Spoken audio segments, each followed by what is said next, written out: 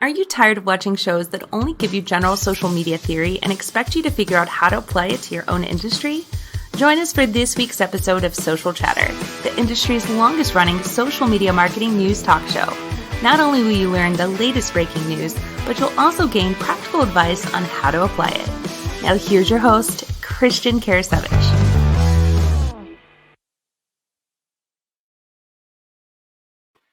Welcome everyone to Social Chatter, your weekly social media marketing news talk show. This is episode 206 with myself, and this week we're joined by guest AJ Wilcox. AJ is a fantastic person to get to know if you are very interested in LinkedIn. He loves LinkedIn. He is often invited to many conferences to discuss LinkedIn and how businesses can use it or how they can tap into the power of LinkedIn. I'm excited to have him back on. You know, he's been a regular guest, basically. We have him on quite often, but fantastic to have AJ on. I'm going to go and bring him up, and then we're going to just do a quick intro and kind of get into things. How you doing, AJ? Doing great, Christian. Great to see you again. Great to see you as well. So I was telling people, you know, you're a LinkedIn expert, and I don't like to use the word expert, LinkedIn professional maybe. Nobody's really expert at something. They get very good at things to where they get to, the professional level. But you're often invited to a lot of conferences to speak on LinkedIn, but, you can probably do it better justice than I can. What is it you do? From LinkedIn's perspective, what do you do? Yeah, so LinkedIn has an ads platform a lot like Facebook ads, Google ads, like many of you have experience with. And I run an ad agency that specializes in just LinkedIn ads. So it's all we do. Probably 90% of it is running accounts for people. About 10% is training and consulting, helping other people to run it better internally for themselves. So I love LinkedIn ads. Fantastic. So speaking of that, while I get a couple of things adjusted here, what do you recommend as far as like a budget? So for example, a lot of people get into advertising on say, Facebook, and they say, oh well, hey, you need thousands of dollars, you need hundreds of dollars to get started. LinkedIn and Facebook are two very different ad platforms. What is kind of the going rate for LinkedIn for somebody that wants to get started? Yeah, so plan on your clicks landing somewhere between about $6 to $9 a click, which is obviously expensive if you're used to something like Facebook. But Facebook ad prices are climbing pretty quickly, so I don't expect that to feel high for very long. And I tell people, just because if you're paying a lot for your clicks, it means you have to spend more to get enough data for real analysis. So I recommend spending somewhere, at least if you're going to pilot it, between about $3,000 and $5,000 for the month. Generally, what that means is by the end of the month, you've got enough data to be statistically significant to a 95% confidence interval, all the way down to the conversion. So I like that. Fantastic. And, and I love the idea there, you talk about how people should have, a certain budget there. And it seems like it's rather high, but you have to remember, and the same thing applies to people that are running Google AdWords campaigns and whatnot. You are, think about it like this. If there's less space that you can advertise, for example, or you only want certain people to be able to advertise, the price is going to be higher. And, and that applies to, Google AdWords, it applies to LinkedIn. As you mentioned with Facebook ads are getting more and more expensive. Obviously, why is that? Because there's more demand, but there's obviously less places that you can necessarily advertise, or the keywords that you're trying to target, are getting to be very competitive because, hey, everyone else is wanting to use them as well. By the way, speaking of LinkedIn ads, what do you recommend to people, to viewers here, that never used LinkedIn ads? Are there any little caveats, any little quirks that they need to know about? I think the biggest ones that if you're into social, which you obviously are by watching this, just some things you have to keep in mind that are similar on other social channels. So you can't go right for the kill, especially since LinkedIn, we're mainly dealing with larger deal sizes. You can't put an ad out there that just says, click here to talk to my high pressure sales rep. No one will click that. It just won't happen. So we've got to go further up the funnel and start looking at things like, providing free content value. My guide is any asset that I can find that gets a 20% conversion rate or higher is absolute gold. And I can do a ton with that. If I launch an asset and it gets less than an 8% conversion rate, then I know it's a flop and I'm not providing enough value. Do you happen to have any examples or anything on your website as well that viewers can reference? For example, if they want to figure out, what kinds of things do you get, really high conversion rates on versus what somebody might think might be the right thing to use? Ooh, good question. We quite honestly haven't spent a whole lot of time on like case studies and things. Okay. We've been busy working on client accounts. But something that is cool is if you check out either lynda.com or linkedinlearning.com, I was the one who created the course on advertising on LinkedIn. So if you check out that course, it's like super well produced. Just a little over an hour of just holding your hand, walking you through every piece of the platform. That'd probably be a good one to start with. Fantastic. And I think that's a really, kind of speaking to your expertise here, is that, people don't just get invited to be a lynda.com representative to put together tutorials. So that speaks to AJ's breadth of knowledge. And I personally, I've worked with AJ, does fantastic work, extremely knowledgeable. So be sure you make sure you connect with him as well. So we had a lot to talk about this week in social media news. Where do you want to start, by the way? Well, obviously because of who I am, I really want to start on the LinkedIn news. LinkedIn came out with the new Success Hub, and let's check that one out. Definitely. So what do we have going on here? So LinkedIn's got this new Insights Hub. What exactly is this? I think they think it's supposed to be a helpful place to get information about the types of advertising that you might want to do. But what it really turned into is just a big collection of blog posts, honestly. I mean, you look at it, if you scroll down there and click down on advertising insights, this is the section I'm going to care about, because if I'm running ads for the first time, I kind of want guides. I want them to tell me, here's what you want to prioritize, here's what you don't want to.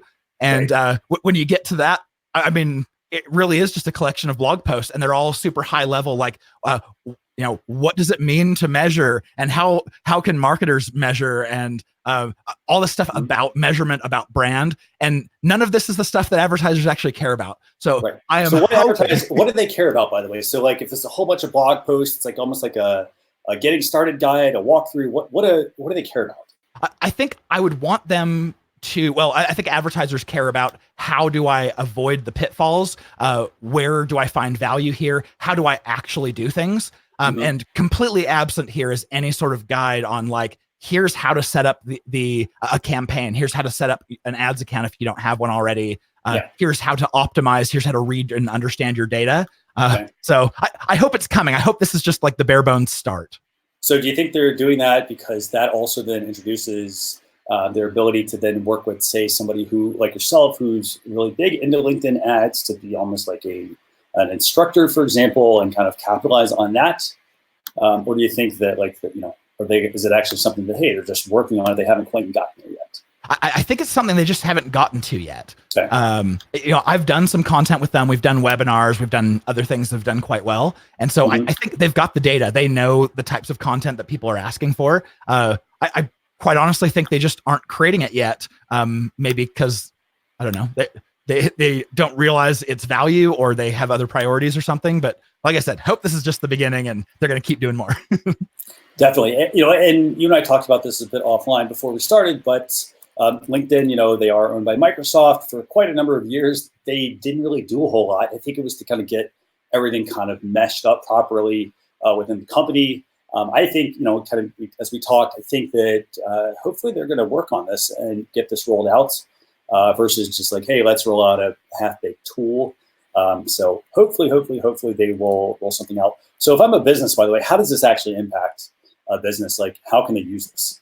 Well, that's the thing, is I don't think it actually impacts business all too much. They have it broken down into 3 sections. So there's one about people insights, and this was where they publish research about professionals. And there might be some nuggets in there. You probably just have to, swim to find them. There's one about industry insights, and this is something LinkedIn has in droves. They're doing great here. They have all the insights. So if they can surface them to us properly about which industries are interested in what, they're doing a lot of that with the content in people's feeds right now. And they're actually using that data to inform a type of targeting we have on the platform called interest targeting. So, hopefully they just keep filling that out, and that's going to be interesting. But I'm looking at the advertising insights, and like I said, there's not a whole lot of value here yet. Right. So again, hopefully, and maybe it is within some of these blog posts, as you mentioned, there's a lot of, there's a Success Hub for marketers, there's the LinkedIn Insights and Research page that's here.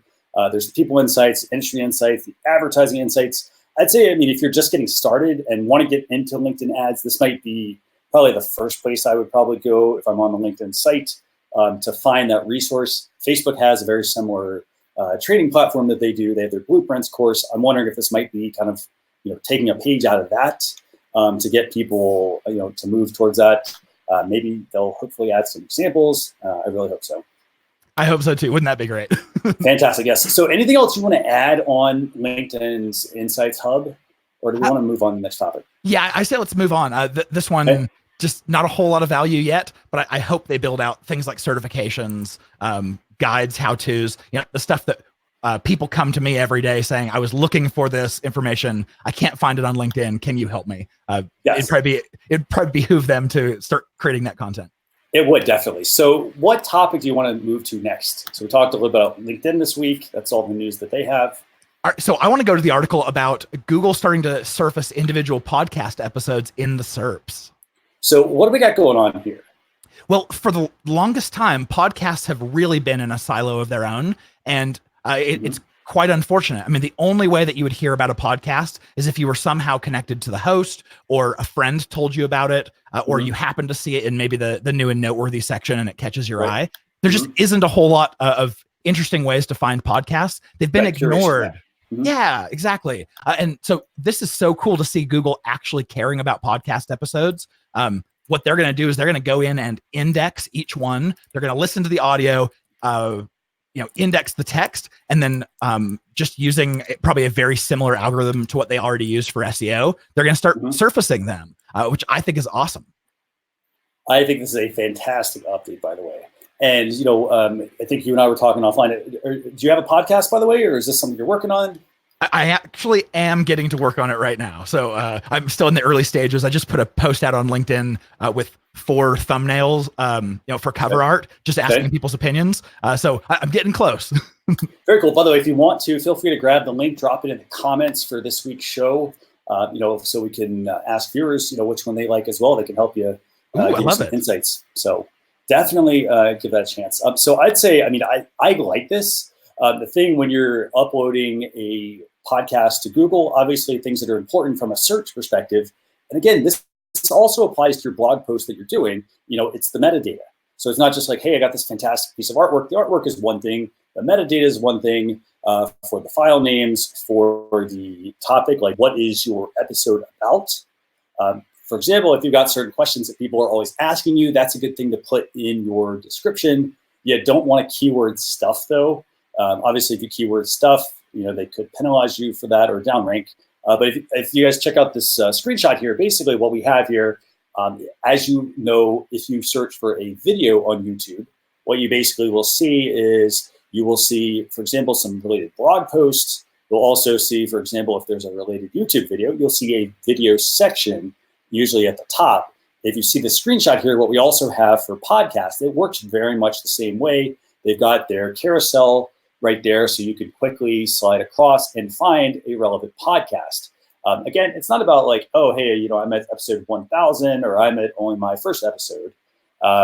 Keep in mind, with podcasts, it's about the quality that you provide in the podcast for your audience. So definitely spend time, don't just like, hey, I'm going to upload the audio and that's done. Make sure you check all the boxes so you can get your podcast ranked on Google. Anything you want to add, by the way, to this? I think this is a very, very, very useful feature. Is there any transcribing, and do they do anything cool like that? See, that's what I think I wish I had. So we know Google's doing all the work of transcribing, just like when you upload something to YouTube, they're putting subtitles in it for you. I just wish they would give us access to it because when you go through and start doing all the show notes pages, it would sure be nice to have all that text. We know Google's doing the work. They're just not giving it away for free. Right. No, definitely. So with this, if you kind of go through the article, obviously for the index in Google, they're automatically transcribing all the podcast episodes. So, you and I were talking about this right before we started. Make sure, it's the same for video, for live video, for recorded videos, for podcasts, that you have a quality microphone. You and I talked earlier, we helped try to get your Shure SM7B set up. That is definitely something that I would encourage people to make the investment in, which is a good quality microphone, because the microphone can help the audio. And then if Google, for instance, is trying to transcribe that, Google also might see the transcription. For instance, like if they see they might be able to understand the audio much better with a quality microphone versus one that's picking up a lot of noise. For example, if your computer fan is on, your microphone is probably going to pick that up if it's not a good microphone. So I'd say keep that in mind, make the investment in your microphone. Yeah, if you think, I mean, any sort of background noise could confuse Google. You want it to be as accurate as possible. Yeah, invest in good audio equipment. Definitely. By the way, and I saw you just sent me the link for your podcast art. So I'm just going to drop this in the comments. Which artwork should AJ use for his podcast that he's launching? And so just feel free to vote there. So thanks a lot, everyone, for taking the time to do that. By the way, on that note, I want to make sure also mention to viewers, we've got obviously some LinkedIn topics, we've got some Google search topics, we've got some YouTube news, and we've also got some other minor Instagram updates and minor Facebook updates, things that we're actually not going to cover on the show because we value your time. And so what we're going to do with those is we're going to put those in the daily blog post recap, which you can get by going to socialchefs.com/daily. Sign up for that newsletter. You'll get a daily newsletter that I create a few times a week there for you with just very focused content to help you improve on a certain topic. But make sure you sign up for that if you want to find out about all of these topics and more. Definitely do, because I am signed up and it is awesome content. Thank you very much, by the way. I really appreciate that. So we've got AJ, we've got the Google search option. We've got AJ's podcast. What else do we have, AJ, that we want to discuss? I think it might be interesting to talk then about Instagram's newest app called Threads. What do you know about this one? I think that's basically the bottom line is what this is doing is it's a way for you to take like a close friends list that you create on Instagram, and you can automatically send them your location as well as various other areas that you are currently doing. So for example, it could be your location. It could be like your battery. I don't really understand the battery life of a phone unless you're like, hey, let me share my phone with you. But it gives you the ability to automatically share this content with your closest friends. From a business perspective, this is a very similar feature to what Snapchat already has. This is obviously going to roll out for Facebook and LinkedIn. Facebook and Instagram. What do you think about this, by the way? Are you going to use this, or do you think a business could use this? I don't know about business application, but I sure do love the implications from a personal perspective. Because I can't tell you how many times I've been at a big event, a conference, and I know people I know are going to be there. But unless I happen to catch them posting on LinkedIn saying, hey, I'm going to be at this event next week, who wants to meet up? Then I don't see them. So I would absolutely love something like this for LinkedIn, where you could maybe not so granularly where it would show your GPS coordinates, but I would absolutely love it if we had some sort of way of saying, hey, I'm in this area, which of my connections are close? And maybe you could have different levels of, here are the people who I don't care if they know my exact location, and here are some that maybe it'd be okay if they knew the city I was in or something. I think that would be pretty awesome.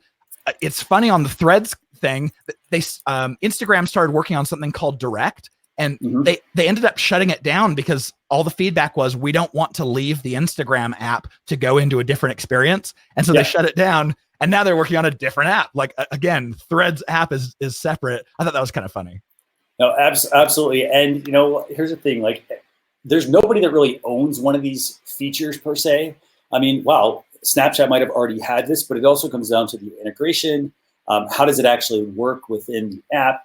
Again, the user's perspective as well. So I think this is I think it's a good update. It's Facebook developing this for Instagram.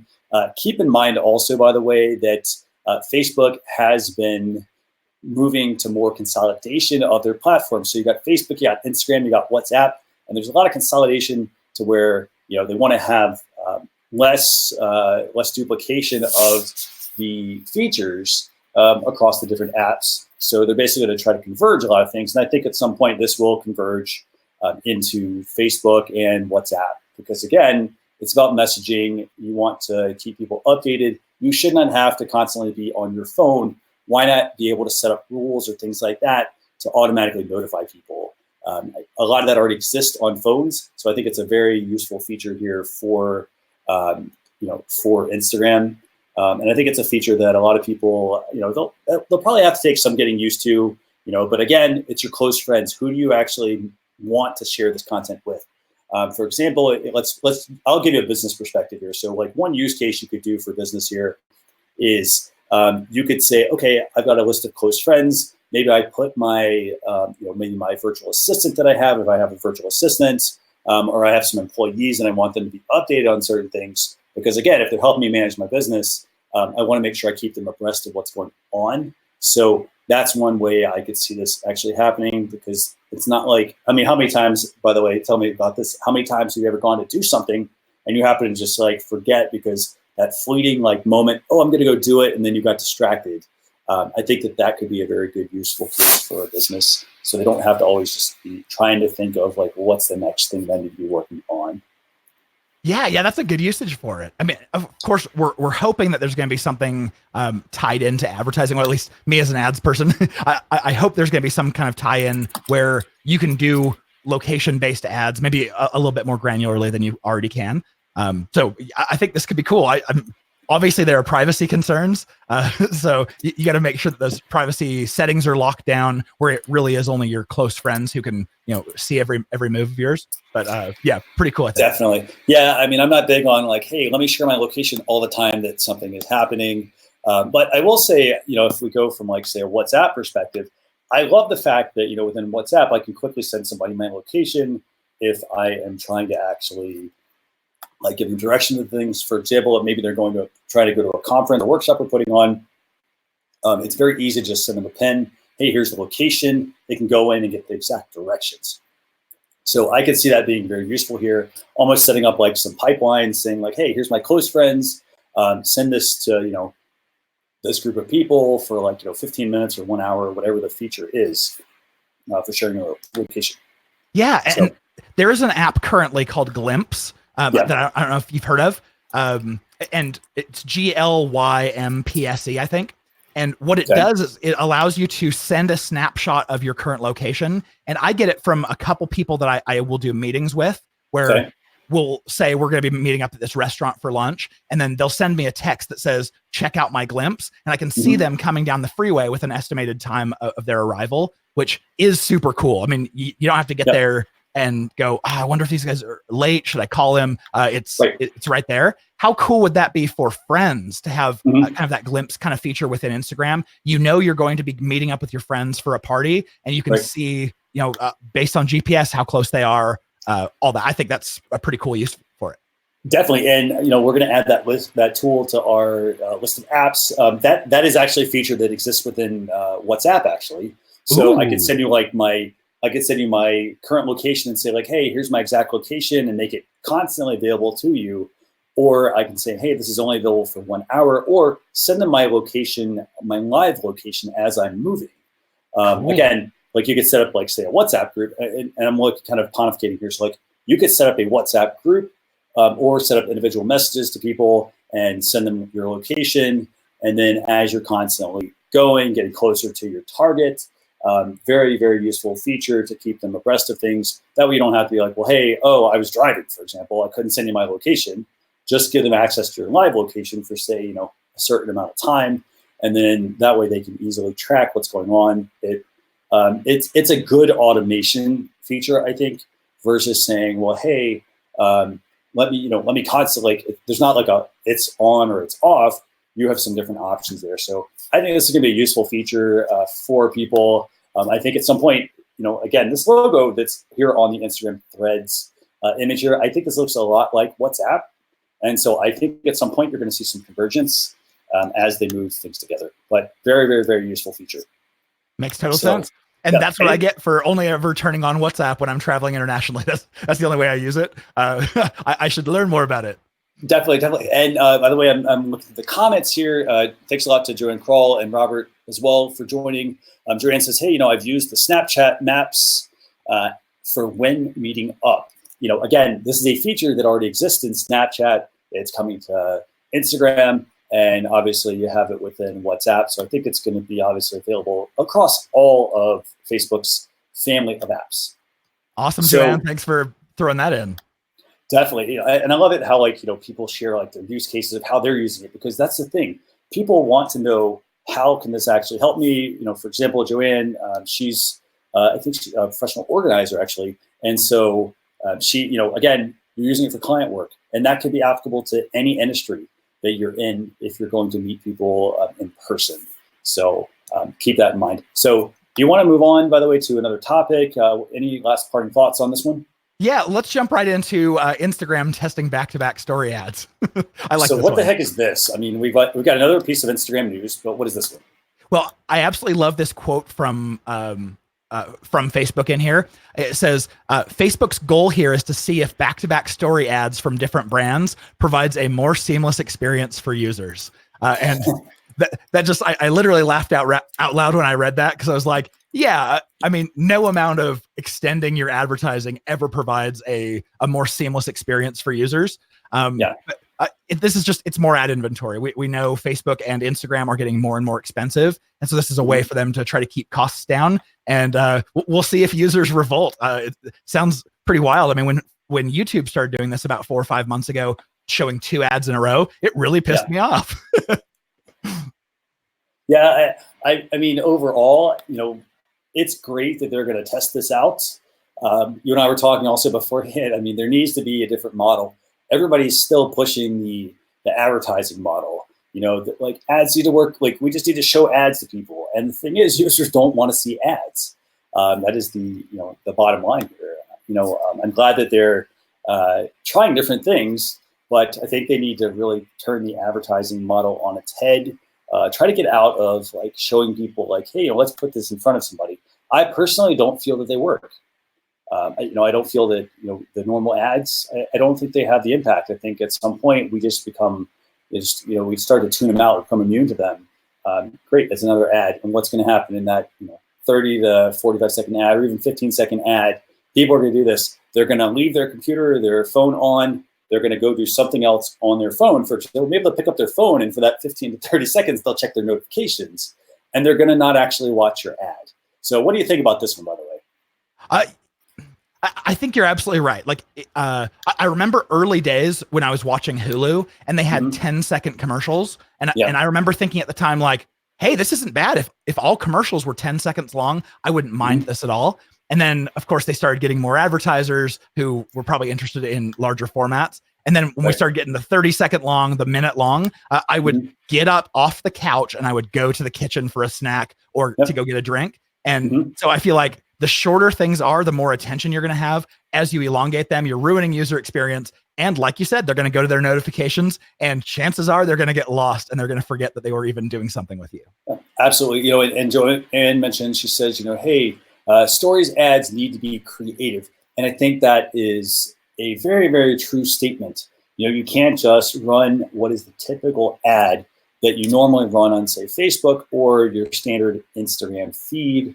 You have to experiment and do some different things. Joanne, if you have any recommendations to viewers on how they can be more creative with their stories ads, or you maybe have some good examples that you want to share, feel free to drop those as well in the comments for people who are watching here on Facebook or on YouTube. I think that, again, it also is experimenting and seeing what your viewers are interested in. So, for example, maybe what you could do is go follow some different brands. For example, if you're in the automotive industry, follow some people in the automotive industry, so that way you get their ads, or check out like the retail industry and see what people are running, and then figure out how to deconstruct their ads. And I'll be honest with you, it's not very difficult, I don't think, to go in and deconstruct an ad and see how they created something. They make these tools very easy to use because they obviously want people to be able to advertise, and they don't want to make them very complex for people to have to go through like 100 steps to make an ad. So keep that in mind. But as you mentioned, you also said use humor or emotion. I think that is a great example. If you have specific examples, by the way, of some really good Instagram stories ads that you've seen, just let us know. So anything you want to add on this feature, AJ? No, I don't think so. By the way, before I switch, I do want to say Joanne has a fantastic example. She says, you can never do wrong with puppies.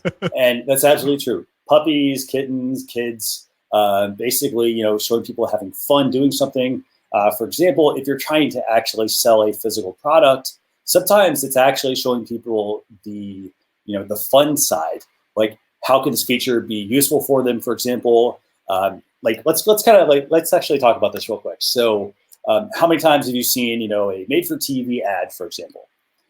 What is one of the things that they do on the made-for-TV ad? They show the pain point. It's like, hey, let's see, what's one of the ads that you can think of for like a made-for-TV product? Oh, I think about the Super Bowl ones. Those are obviously made for TV. Okay. I mean, if we think of like, I want to say, or as seen on TV. Sorry, as seen on TV. As seen on TV. Oh, sorry about that.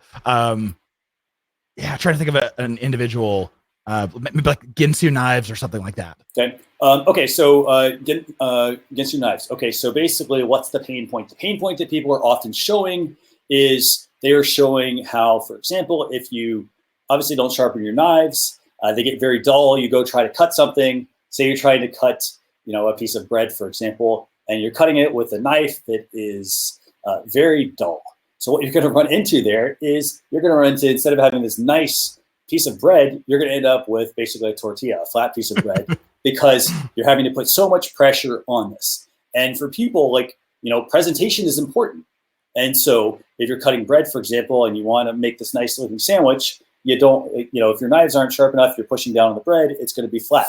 So that could be, for example, the pain point you're showing people.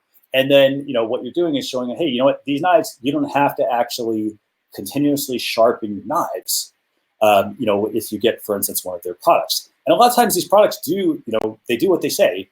They help solve a problem that most people have. So I think, that's a good example. Joanne says, hey, Subaru, they're great with their dog ads. Again, you're also playing to emotion. So like people love animals, they love kids, they love cats, puppies, all that sort of stuff. You're tugging on the heartstrings of a consumer. So I think that's definitely something that you want to tap into. But look at the brands that you follow, or look at the brands that you use. Company you used to work for, like they always talk about being a product of the product.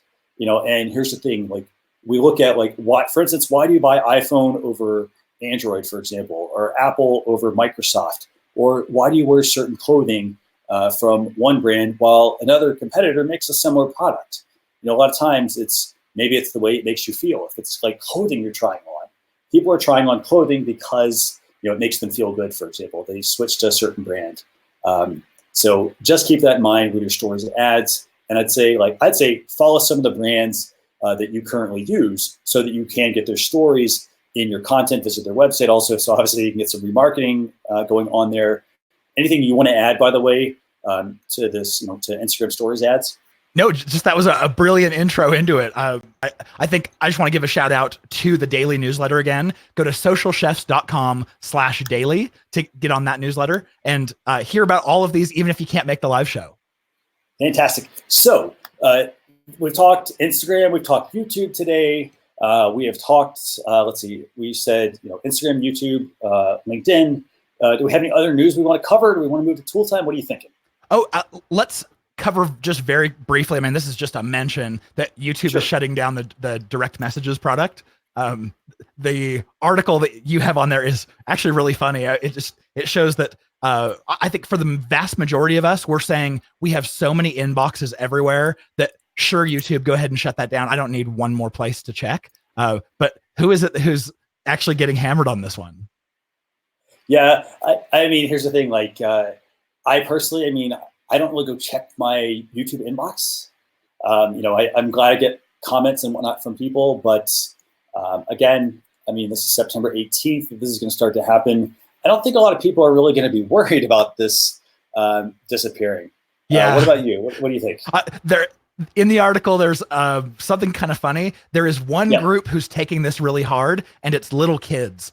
You'll see comment after comment on this news release specifically of people saying, my mom doesn't let me use social media. I can't give out my phone number. This is the only way I had to communicate with my friends. And so you can imagine these are like 9, 10, 11-year-old kids. And anyway, I feel bad for them. I'm not laughing at their expense, but I do think that's funny that they shut this down and it did affect like this group of kids. Definitely, and it actually reminds me of a story that actually took place a while back. A couple weeks ago, there was, like a kid, they had gotten, I guess they had all their electronics taken away from them. So, hey, how are they going to communicate with their friends? And what basically transpired was, okay, they took their phone away. So then the kid moved on to say their Nintendo DS to have conversations, and then that got taken away.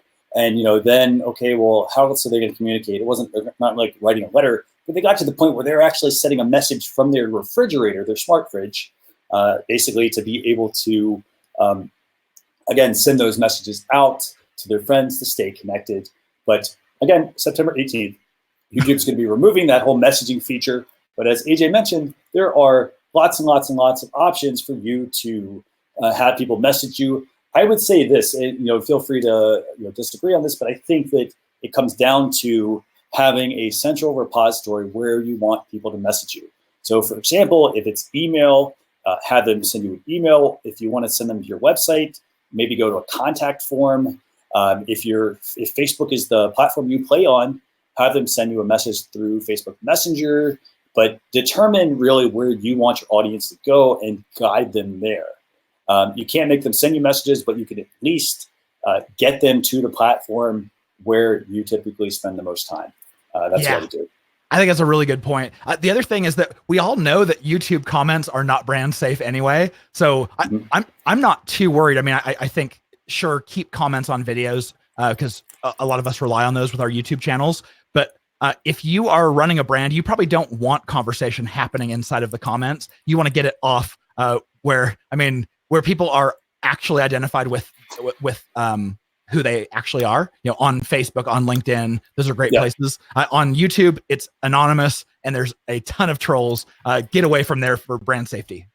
Definitely. And I like the point that you just mentioned, which is to try to take some of these conversations offline. So for example, if somebody has a question, let's say you have a specific blog post on their question, like that is something that I can reply back and send you the blog link to check out the article if that's where there is additional information. If it's something that is more sensitive, again, get it out of the public. Tell them, hey, thanks a lot for telling me about this. I sent you a private message, for example.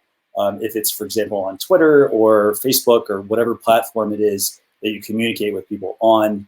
And also, by the way, I'd consider setting up some additional email addresses as well for some of these things. If you're your own website and you host your own website, set up different email addresses. So you could have a personal one, you could have one that's for certain parts of your business. These could be forwarders, get sent to you. But again, you want to make sure that wherever you send people to, you're actually going to respond. And like you were just mentioning, take the important conversations, the ones you don't want to have out in the public, take them offline to a private channel. Yes, people can obviously screenshot that, but it's, it again moves it out to where it's not in the open as much. So keep that in mind. Yeah, and I think YouTube's always going to, any website would be fighting this. We're going to shut down this ability to communicate, but it's still important for some of our users to communicate. Where do they go? They're going to leave the platform. So, of course, YouTube wants to keep all of its traffic on YouTube, but maybe there's a way of allowing people to connect their Twitter handle or attach some other form of identity so that they can still go and have that offline conversation. Definitely. And also keep in mind with this, if you use, for example, a social media dashboard tool, what you can also end up doing is you can have a lot of your conversations funnel through that dashboard tool. So this way you're not having to manage them in multiple places. For example, Facebook has a lot of this built in for pages. You can go to Facebook pages and you can see, for example, all of the direct messages that are sent to your page. You can also see the conversations that are happening on Instagram. And so forth. But just keep that in mind. So if you want to get those messages sent, having a dashboard tool is a fantastic tool to help you monitor those. Agorapulse, that's a tool that I highly recommend, not just for social scheduling, but also for the ability to manage all of your content across one platform, one tool. That way you're not scatterbrained. Hey, I got to go here and check this, and when I'm done, I got to go here and here and here and here. Because sometimes, and I think you might have experienced this, people will message you on one platform and hey, they'll send you an email. And it's like, well, hey, now I have double the work. So what you could do is you could say, well, hey, I'll respond to the email, and I'll quickly respond to the Facebook message and say, hey, guys, hey, thanks a lot for sending whatever the message was. I went ahead and responded to your email. Let's communicate through there. Just be very upfront with your audience. So anything you want to add, by the way, about the fact that YouTube is shutting their direct message feature down? I find it very ironic that they are shutting the direct messaging feature down, but yet you have Facebook and Instagram and WhatsApp really pushing you to use more direct messages. I wonder if they have a product, maybe another product that they're trying to push people to use or that they want to roll out.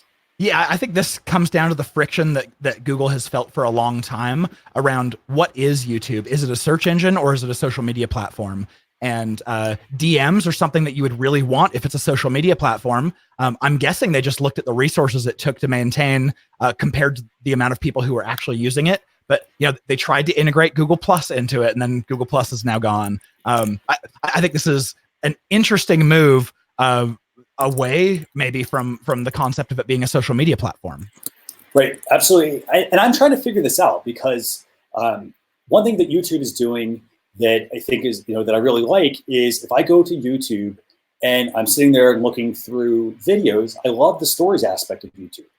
And I think creators on YouTube do a fantastic job with this, people who get access to this feature, because I can go in and the person can be like, hey, we're getting ready, for example, like we get ready to launch the show. Hey, we're getting ready to launch the show.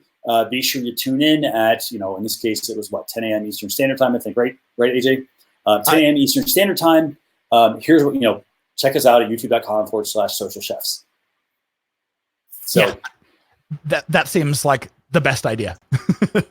I mean, but again, it's incorporating it, it's sort of getting away from like the private message, making it sort of public. Again, leaving it up to the creator to kind of figure out what they do. But I'd say this, just pick and choose what you share and, move some of those conversations offline if you need to. So that's my take on that. Totally hear you there. Let's jump into the tools. You gave us two really interesting ones this week. So it's my favorite segment, and this is obviously Phil's favorite segment. Phil's our regular co-host. He can't be with us this week. Hopefully his move is going well. But we like to share two tools each week with viewers, and these tools might be features such as it might be a feature such as a tool to help you save time. It might be a tool to help you accomplish a specific task. For example, if it's a mobile app, a lot of mobile apps are one-off applications. And so we like to pick two tools each week and share with viewers. So the first tool that we have this week, and AJ, I'm gonna let you kind of tell people about this one. So the first one, it's called Shoot. What does this one do exactly? Yeah, so Shoot is interesting. It turns your phone into a camera.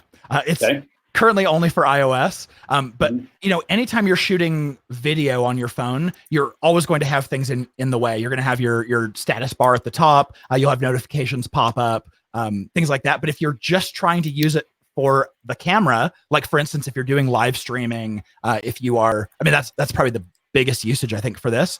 It cleans it up, makes it so you are just using it as a camera.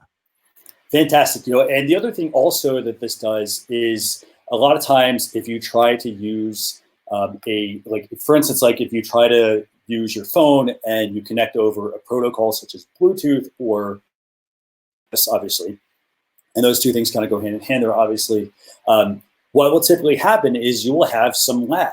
So for example, if I'm using a camera, and I love wireless and I love Bluetooth, but it does not always work for certain applications. Like if I'm sitting there trying to, for example, doing live video works much better when things are plugged in. It's the same for like broadcasting a show. If you're broadcasting a show, you will hear, if you talk to pretty much any of the big companies that specialize in live streaming tools, they will tell you, hey, make sure you plug directly into your internet connection. Don't rely on the Wi-Fi signal, because the Wi-Fi signal can be impeded by walls, doors, certain objects. People actually can also impede a signal as well. So you might have a degraded signal. And what can end up happening is there will be lag in the video, lag in the audio. It may not work very well. It may be sort of okay, but you never really know. Like what works one time, it might not work well the next time because something moved. But this is a $2.99 app.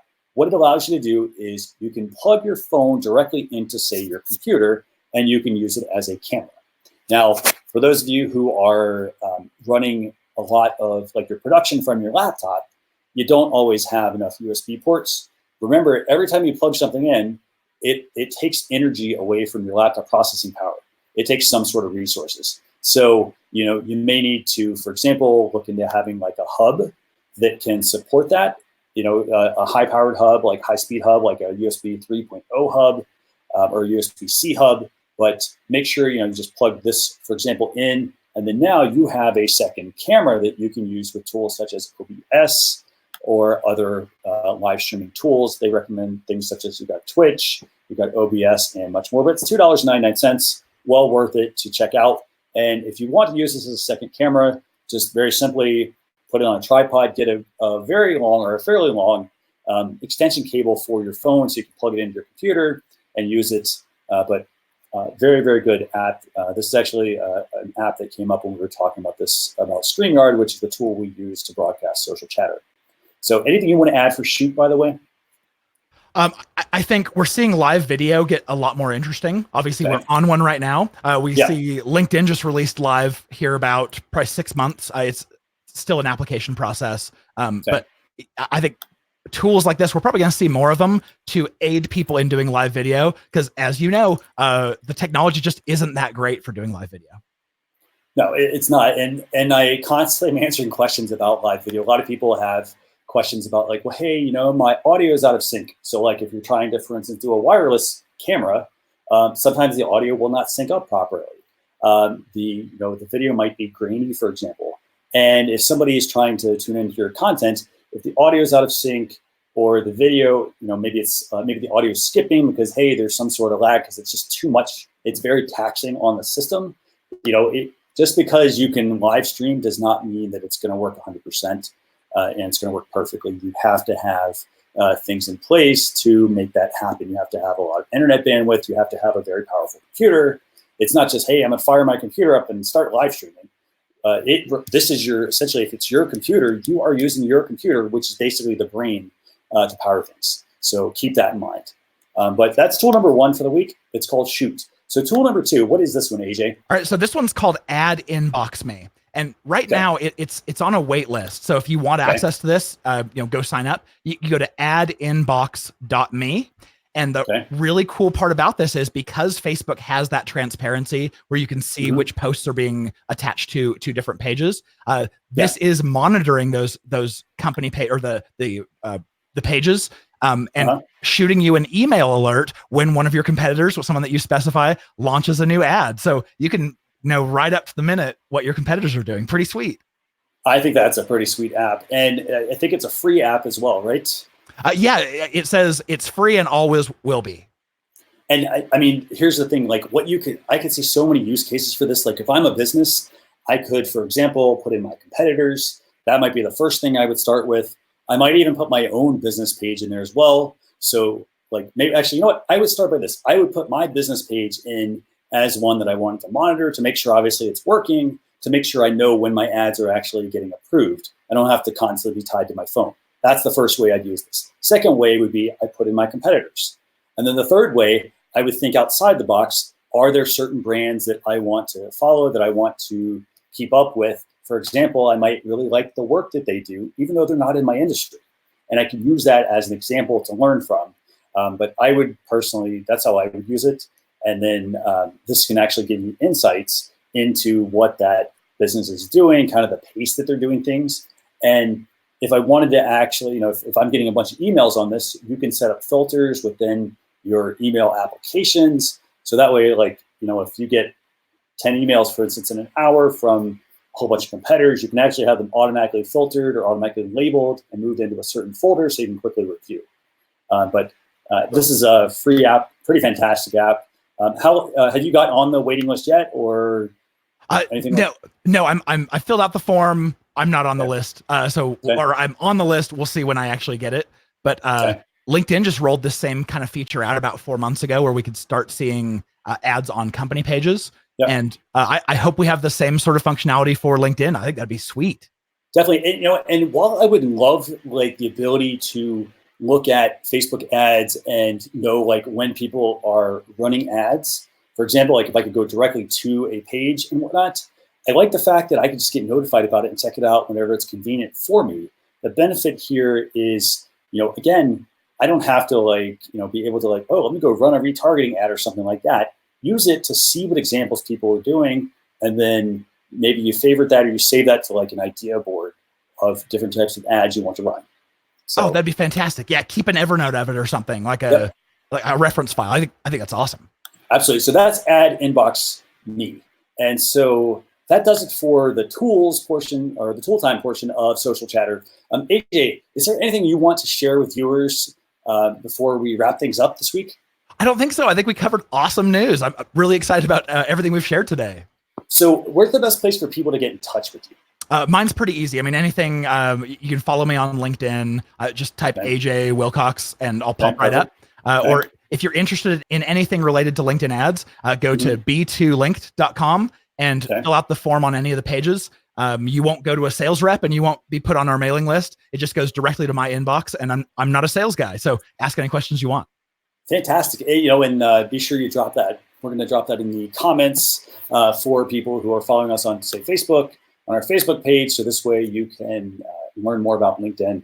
But AJ, I want to thank you so much for joining us this week. Thanks a lot for also helping carry the load.